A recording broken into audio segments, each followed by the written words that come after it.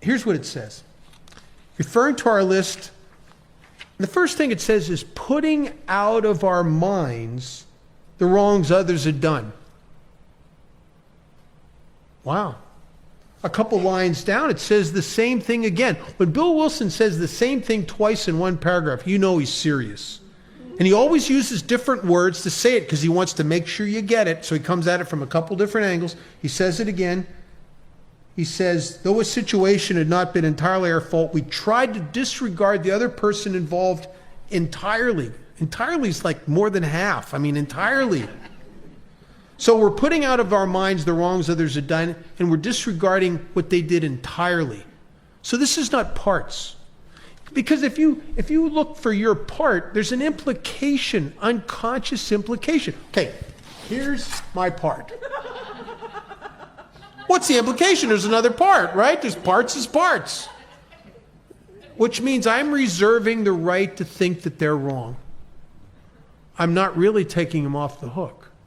I'm not disregarding them. And this is, the ego hates this. You know why? Because when you can't hide your own selfish, squirmy, self-serving, vengeful, vindictive behavior in the shadow of what they did wrong, and you've got to look at it square on, it's like, now what kind of, well, now Bob, can't look at what your parents did wrong. What kind of a son were you? Oh, God. I was horrid. I was a self-centered, selfish, inconsiderate, me, lying, cheating little crap. I had to look at it. I couldn't use, and I hid it. I used to glare at the things that I found imperfect in my parents, to hide my stuff. Now, if I have to look at what kind of a boyfriend I was or what kind of a husband I was, look dead on. I can't look at the imperfections of the other person. It's not too pretty. They say the truth will set you free, but I'll tell you, I think it ruins your day first.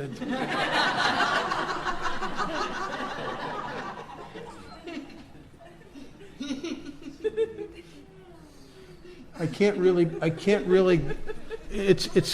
let God take me to becoming something different in God's idea of Bob until I squarely look at Bob's idea of Bob.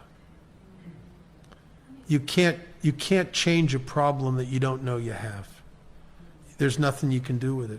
That's like so many of us. We couldn't get sober as long as we denied our alcoholism. And I can't change this stuff until I look square at it. And I can't change it anyway. It's going to have to be God.